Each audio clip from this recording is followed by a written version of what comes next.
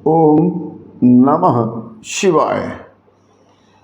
ये शिव जी का विशेष मंत्रों में माना जाता है तो बहुत छोटा और बहुत सरल मंत्र, मगर इसे मंत्रों का राजा भी कहा जाता है।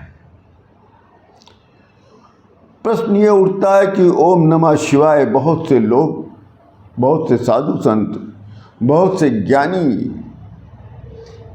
बहुत से शिव के जो बहुत बड़े बड़े भक्त हैं वो कहते हैं कि ओम नमः शिवाय ये जो मंत्र है आप बार बार अपने मन में रिपीट करते रहिए, बोलते रहिए।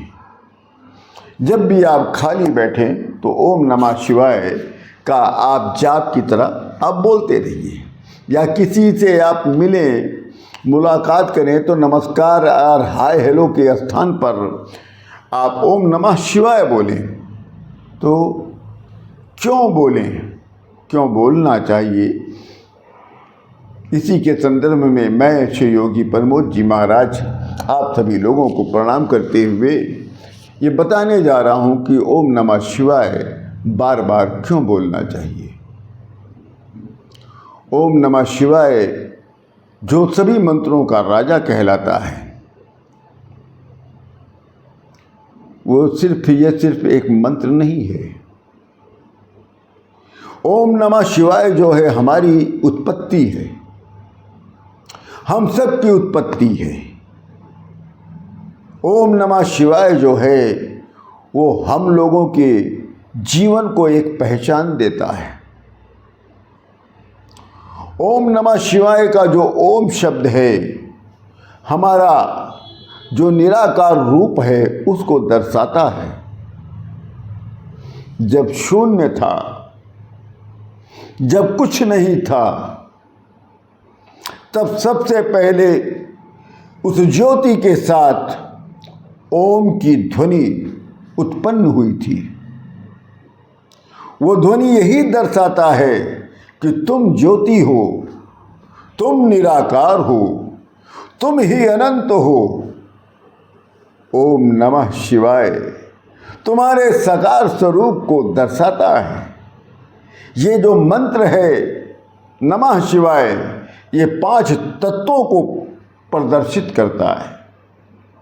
जो पंच तत्व कहलाते हैं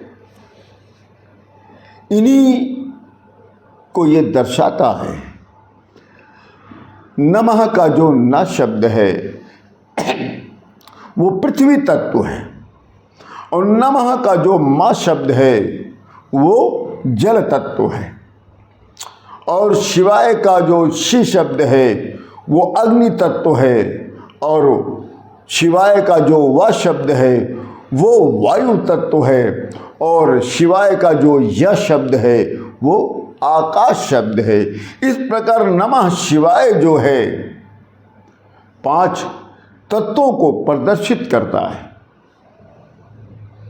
नमः शिवाय जो है ये हमारे 5 शरीरों को भी दर्शाता है।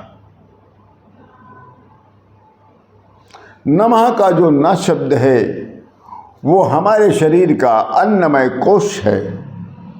नमः का जो मा शब्द है वो हमारे शरीर का प्राणमय कोश है, और शिवाय का जो श शब्द है वो मनोमय कोश कहलाता है, और शिवाय का जो व शब्द है वो ज्ञानमय कोश है, और शिवाय का जो य शब्द है वो आनंदमय कोश है। इसीलिए नमः शिवाय तुम्हें याद दिलाने के लिए है कि तुम अब ओम तक की अपनी यात्रा को पूर्ण कर लो।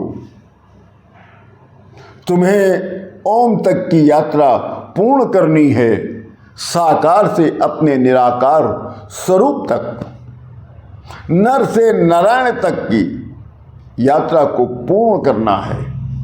नमः शिवाय के निरंतर जप से हमारे तत्व जो हैं वो बारंबार शुद्ध होने लगते हैं, हमारे बुरे कर्म पाप कर्म कटते हैं, और हमारा जो मन है वो पवित्र होने लगता है। क्यों? क्योंकि शिव में विवेक, शिव में वैराग्य, दोनों में संपूर्णता में समाविष्ट है। शिव का नाम स्मरण होता रहे तो स्वतः ही विवेक का तीसरा नेत्र खुल जाता है, जो शिव जी का त्रिनेत्र कहलाता है। साथ ही अंतश्चेतना दुर्गुणों को दुष्प्रवृत्तियों से विमुख होकर वैराग्य की ओर अग्रसर हो जाती है। इसीलिए कहा गया है, शिव ही सृजन है और शिव ही संहार है। उसके लास्य में सृष्टि, उसकी समस्त सकारात्मकता का सृजन, तो उसके तांडव में संपूर्ण नकारात्मक असुरता का संहार। शिव में ही समस्त शास्त्र और शिव में ही समस्त संस्कृति, ये दोनों समाये हुए हैं। इसीलिए बारंबार बोलना चाहिए, ओम नमः शिवाय।